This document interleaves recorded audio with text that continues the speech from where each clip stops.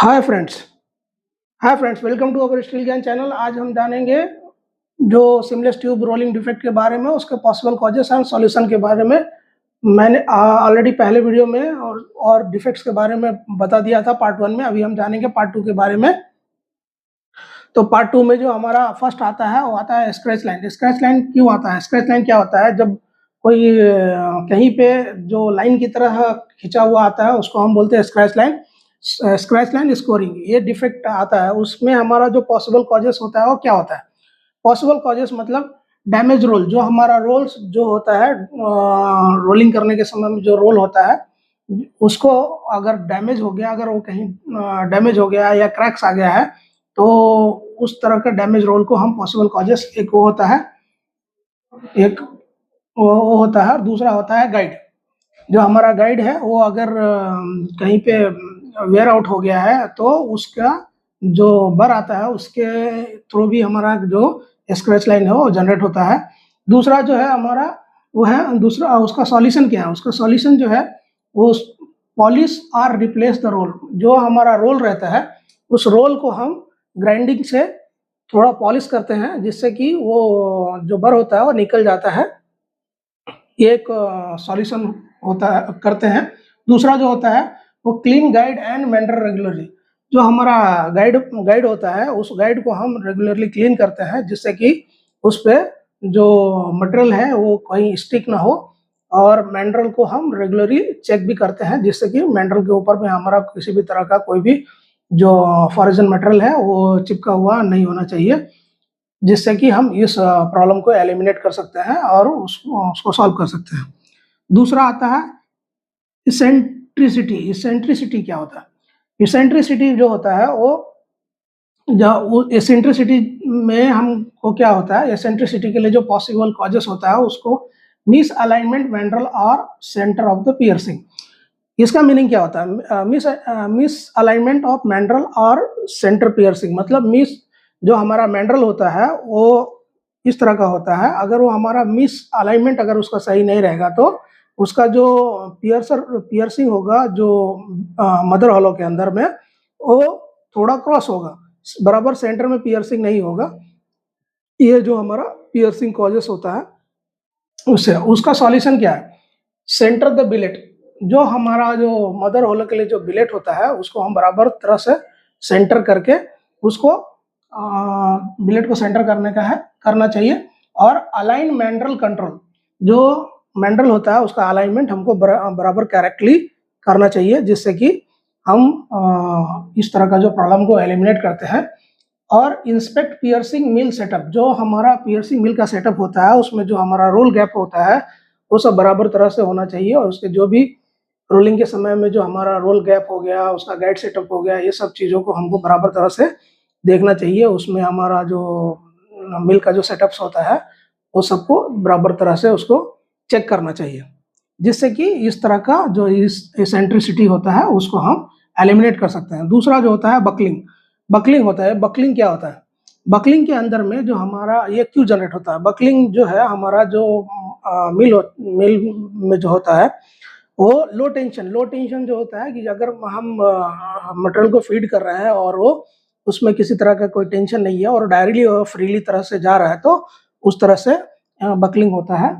और extensive compression होता है। उसके अंदर में जो है एक्सटेंसिव तरीके से जो कॉम्प्रेशन होता है वो ज़्यादा होता है जिसके कारण जो है बकलिंग हमारा जनरेट होता है। उसका जो सॉल्यूशन है वो क्या होता है?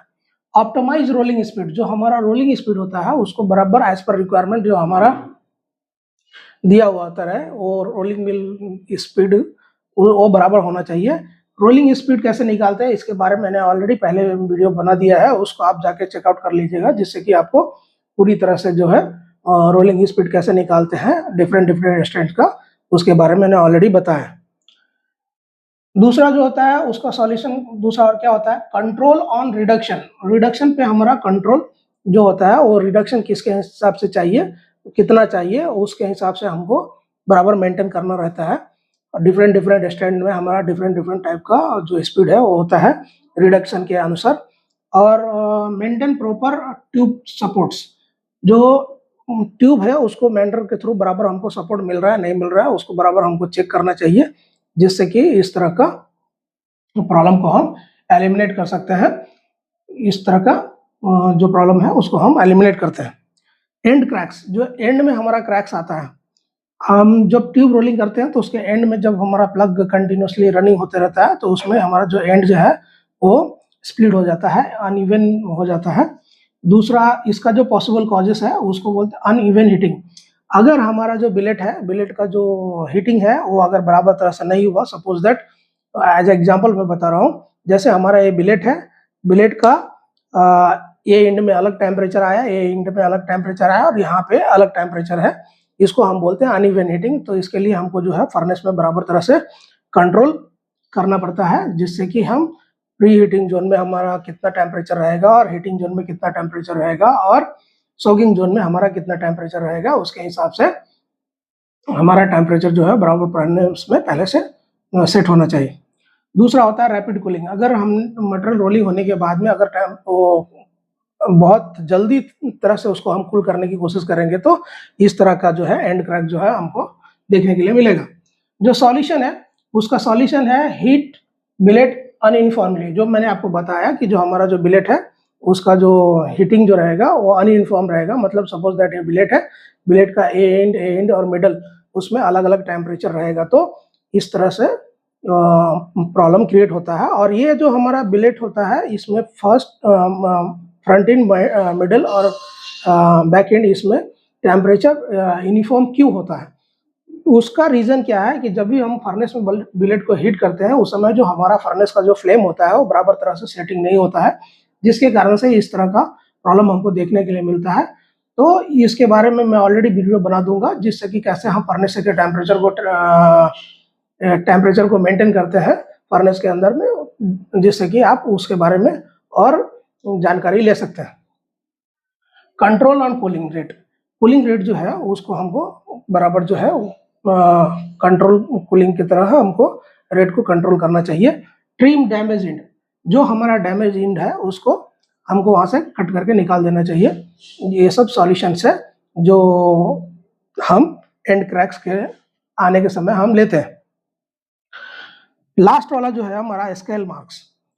तो स्केल मार्क्स क्या होता है? अब स्केल मार्क्स में देखिए पॉसिबल कॉजेस जो है exclusive oxide scale on billet. जो बिलेट होता है उसमें हमारा बहुत सारा जो स्केल्स होता है उसके सरकमफ्रेंस एरिया में होता है। बिलेट जो राउंड बिलेट होता है उसको कास्टिंग करने के समय में जो स्केल आता है वो पूरा बिलेट्स के ऊपर चिपका रहता है। उसका जो सॉल्यूशन है उसको बोलते हैं इम्प्रॉपर डिस्केलिंग बिफोर रोलिंग।